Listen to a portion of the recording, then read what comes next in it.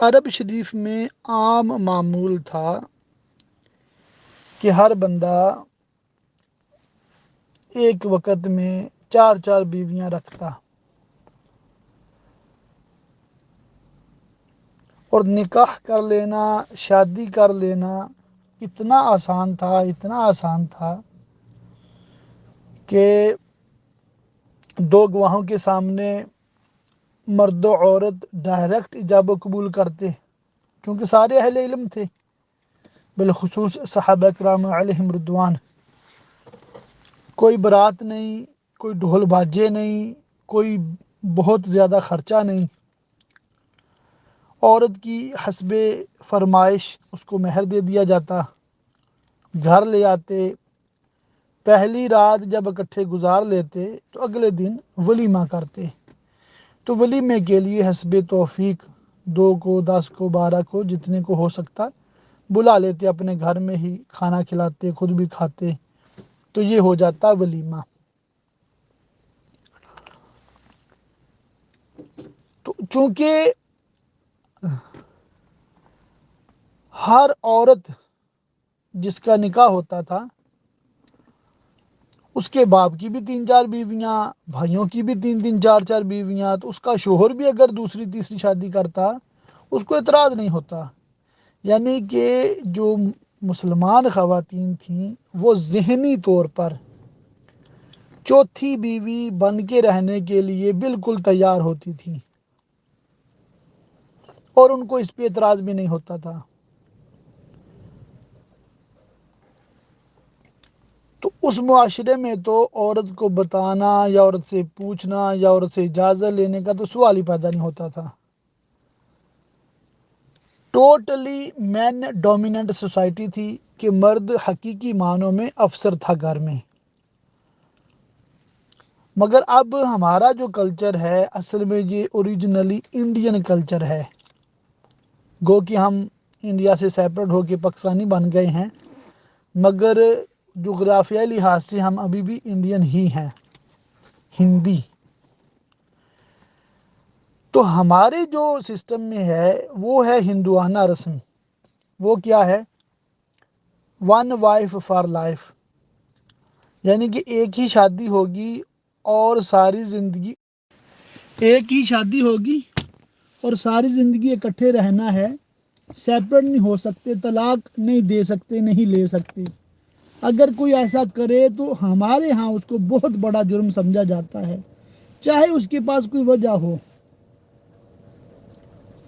پھر اگر شوہر کا انتقال ہو جائے تو اس کی جو بیوہ ہے وہ تا حیات اسی کی طرف منسوب رہتی ہے، فلاں کی بیوی، فلاں کی بیوی، اور اس کی اولاد ہو نہ ہو، اس کی عمر زیادہ ہو یا کم، اس کی آگے شادی نہیں کرتے۔ وہ خود بھی اس خواہش کا اظہار نہیں کرتی، بلکہ وہ جو سفید لباس پہن لینا اور بس سادہ کھانا اور خوشیوں سے دور رہنا اور ساری عمر اسی طرح گزار دینا، یہاں تک ایک ظلم کی مطلب انتہا ہے۔ ہندو کلچر میں ستی کی رسم ہوتی تھی، اس کے بارے میں شاید سنا ہو آپ لوگوں نے، کہ اگر شوہر کا انتقال ہو گیا نا قدرتی طور پہ، اس کی وہ میت کو جلاتے تھے نا ہندو، انگلش میں اس کو کریمیشن کہتے ہیں۔ یہاں یوکے کے گورے بھی ابھی جلاتے ہیں، مگر وہ اوپن ایئر میں نہیں جلاتے، اوون میں، بڑے اوون میں رکھ کے بندے کو جلاتے ہیں۔ اللہ تعالی ہم سب کو دنیا اور آخرت میں آگ سے محفوظ رکھے، اور یہ بدبخت ایسے ہیں کہ خود کو آگ کا عذاب دیتے ہیں اپنے ہاتھوں۔ بہرکیف، تو وہ جب مرد کو کریمیشن ہوتا تھا تو عورت بھی ساتھ لیٹ جاتی تھی، جل کے مرتی تھی، خودکشی کرتی تھی، اور اس کو پھر دیوی بنایا جاتا تھا، اس کے نام کا بت بنایا جاتا تھا۔ مگر اگر ہم اسلام کو اسلامی کتابوں سے دیکھیں نا تو اس میں یہ ہے کہ ایک مسلمان مرد کو ایک وقت میں 4 بیویاں رکھنے کی اسلام نے اجازت دی ہے، اور واضح طور پہ قرآن میں اس کا بیان ہے۔ مگر افسوس عام مسلمان خواتین کے ساتھ ساتھ کتنی ہی عالمہ خواتین ہیں جو اس چیز کو بالکل بھی پسند نہیں کرتی۔ ایک ہے فطری طور پہ پسند نہ کرنا، اس میں تو گنجائش نکلتی ہے۔ تو جب حالات ایسے ہوں نا کہ نہ صرف عام مسلمان خواتین بلکہ پڑھی لکھی دینی لحاظ سے قرآن حدیث کو سمجھنے والی خواتین بھی اس چیز کو پسند نہیں کر رہی،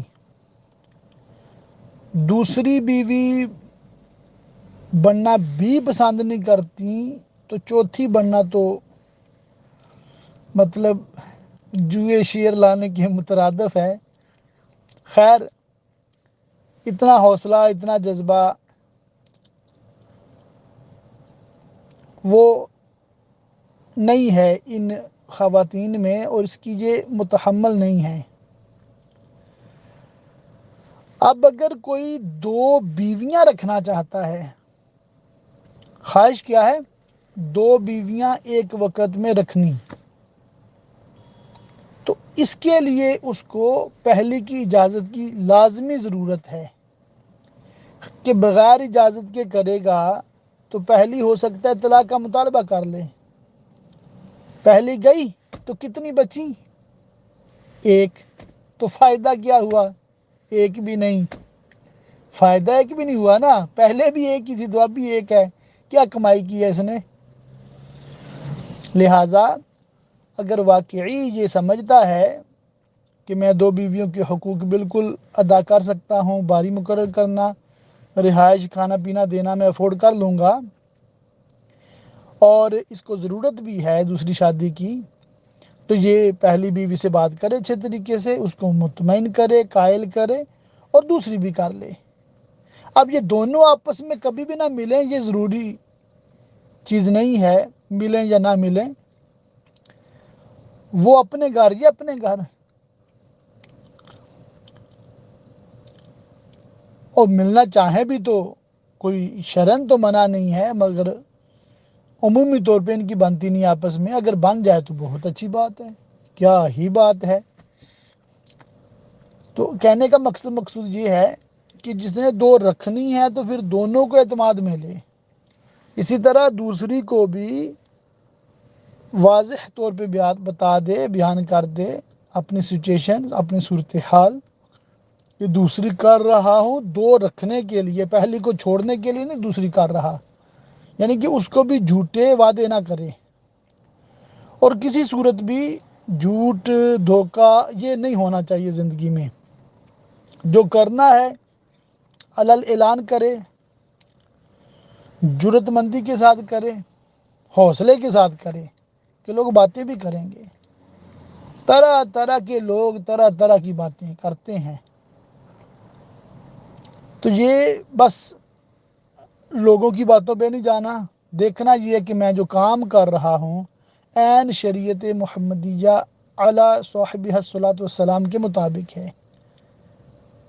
اور بعض لوگوں کو تو ضرورت ہوتی ہے کہ ان کا گناہ میں پڑنے کا خطرہ ہوتا ہے، شادی شدہ ہونے کے باوجود ان کو دوسری بیوی کی حاجت ہوتی ہے، تو ایسے لوگ بجائے اس کے کہ وہ زنا میں پڑیں، وہ اسلام پہ عمل کرتے ہوئے دوسری شادی کریں، تیسری کریں، چوتھی کریں، یہاں تک مطلب اسلام نے اس کو اجازت دی ہے، بس گناہوں سے بچنا ہے۔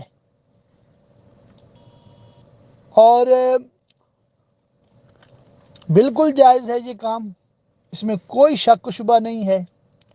اس پہ اگر بیوی ناراض ہوتی ہے پہلی مثال کے طور پہ، تب بھی دوسری کرنا جائز ہے۔ اب اس صورت میں مرد گناہگار نہیں ہے، کوئی حق تلفی نہیں کر رہا، مگر وہی بات کہ اعتماد میں لے اور پھر کرے۔ بلکہ جن لوگوں کی ابھی شادی نہیں ہوئی اور ان کے ایسے کوئی ارادے ہیں نیک، تو وہ پہلی سے ہی اس طرح نکاح کریں کہ اگر آپ چوتھی بیوی بن کے رہنا پسند کرتی ہیں تو میں آپ سے نکاح کرتا ہوں، اگر پسند نہیں کرتی تو میں نہیں کروں گا، کیونکہ میرا یہ ارادہ ہے۔ تو اگر اس طرح پہلی سے نکاح ہوا کہ یہ حضرت جب ان کو موقع ملا تو دوسری تیسری چوتھی کریں گے، چاہے ساری زندگی نہ کریں، مگر یہ جو اجازت نامہ ہے نا، یہ ساری زندگی کام تو آئے گا نا، اس لحاظ سے تو ذہن مطمئن ہوگا نا۔ تو یوں مطلب ایک باہمی مشاورت سے یہ کام کیا جائے، کیونکہ ہماری سوسائٹی میں ہوتا نہیں ہے، ٹھیک ہے۔ ہمارے ہاں تو یہ ہوتا ہے کہ اگر کسی کی والدہ کا انتقال ہو جائے اور والد صاحب 50 سال کے ہوں تو اب وہ بیچارے بس اولاد کے آسرے پہ بیٹھے ہوتے ہیں، اور ہمت ان کی بھی نہیں ہوتی، حالانکہ 50 سال کے ہیں، کہ آگے شادی کر لیں۔ اولاد اتنا پریشر ہوتا ہے اولاد کا، اور اولاد کو بھی یہ مطلب نہیں ہوتی توفیق کہ سوچیں ان کے بارے میں۔ جیسا کہ علماء فرماتے ہیں، ماں باپ چاہے بوڑھے ہو جائیں، جب ماں کا انتقال ہو جائے تو باپ کی شادی کرا دیں، اور اگر باپ کا انتقال ہو جائے تو ماں کی شادی کرا دیں، چاہے جو بھی عمر ہے۔ اس میں دنیا لحاظ سے اور آخرت کے لحاظ سے بے شمار فوائد ہیں۔ کئی باتیں ہیں جو میاں بیوی ایک دوسرے سے شیئر کر سکتے ہیں، ایک دوسرے کی مدد کر سکتے ہیں، اولاد نہیں کر سکتی۔ خیر، گفتگو لمبی ہو گئی کیونکہ یہ موضوع بھی طویل ہے، اور امید یہ کرتا ہوں کہ اس کے ٹائٹل سے ہی سارے اس کو سننے لگ گئے ہوں گے اور مکمل دونوں آڈیو سنی ہوں گی۔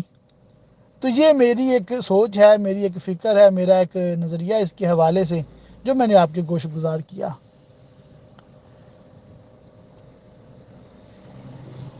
اس پہ کسی نے اعتراض کیا تھا کہ تم اس طرح کی باتیں کرتے ہو، کیا تم یہ پسند کرو گے کہ تمہارے بہنوئی اس طرح شادی کریں؟ میں نے کہا میرے بہنوئی کریں، مجھے کوئی اعتراض نہیں ہے، اور ان فیوچر اگر میرے داماد بھی کرے تو مجھے کوئی اعتراض نہیں ہے۔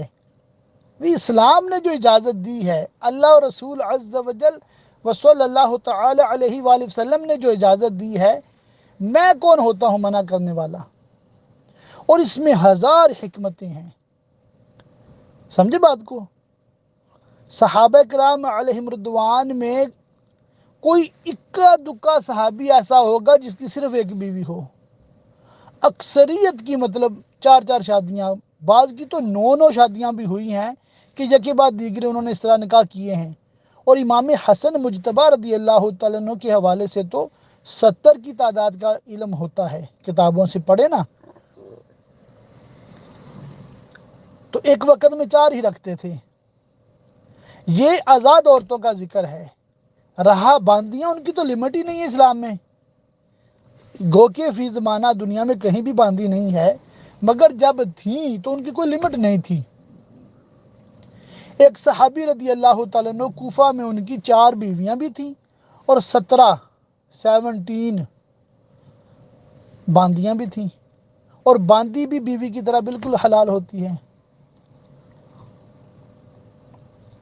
تو یہ چیز جو ہے زہد و تقوی کے خلاف نہیں ہے، بلکہ خود نبی کریم صلی اللہ علیہ وآلہ وسلم نے 11 شادیاں فرمائیں، 4 یا 5 غالباً باندیوں کا بھی ذکر ملتا ہے۔ تو آپ کے لیے تو لمٹ بھی نہیں تھی، آپ کو بالکل اجازت تھی جتنی چاہے نکاح فرمائیں، صرف امت کے لیے 4 ہیں۔ تو یہ مطلب ایسا موضوع ہے، اس پہ مطلب بالکل بھی کوئی گھبرانے کی، شرمانے کی ضرورت نہیں ہے۔ اور احادیث مبارکہ میں تو کثرت امت کی بڑی مطلب فضیلت آئی ہے، ترغیب آئی ہے، اور صحابہ کرام علیہ رضوان کی اولاد تو 20 25 اس طرح اولادیں ہوتی تھی ان کی۔ سیدنا خالد بن ولید رضی اللہ تعالیٰ عنہ کے 40 بیٹے، کتنے؟ 40 بیٹے طاعون میں شہید ہوئے تھے۔ جہاد پہ گئے ہوئے تھے ملک شام کی طرف، تو وہاں پر مطلب طاعون میں شہید ہوئے تھے، اس کے علاوہ بھی ان کی اولاد تھی۔ جناب انس بن مالک رضی اللہ تعالیٰ عنہ کی اولاد میں سے ان کی حیات میں غالباً 102 تو انتقال کر گئے تھے، کچھ ایسا مجھے یاد پڑتا ہے، باقی بھی ان کی کثیر اولاد تھی، یعنی کہ بیویاں زیادہ، پھر باندیاں، اور پھر ان کی آگے اولاد، اولاد کی آگے اولاد، تو یوں مطلب اولاد زیادہ تھی، کنبہ زیادہ تھا، فیملی زیادہ بڑی تھی۔ خیر، اسلامی لحاظ سے جو پوائنٹ ہے، جو نقطہ نظر ہے، وہ میں نے بالکل واضح کر دیا۔ اللہ تعالی ہم سب کو دین اسلام کو سمجھنے اور دین اسلام کے احکامات پہ عمل کرنے، گناہوں سے بالخصوص بچنے، فرائض و واجبات کو ادا کرتے رہنے کی توفیق رفیق میں رحمت فرمائے، آمین بجاہ النبی الامین، وصلی اللہ تعالی علیہ وآلہ وصحبہ وبارک وسلم۔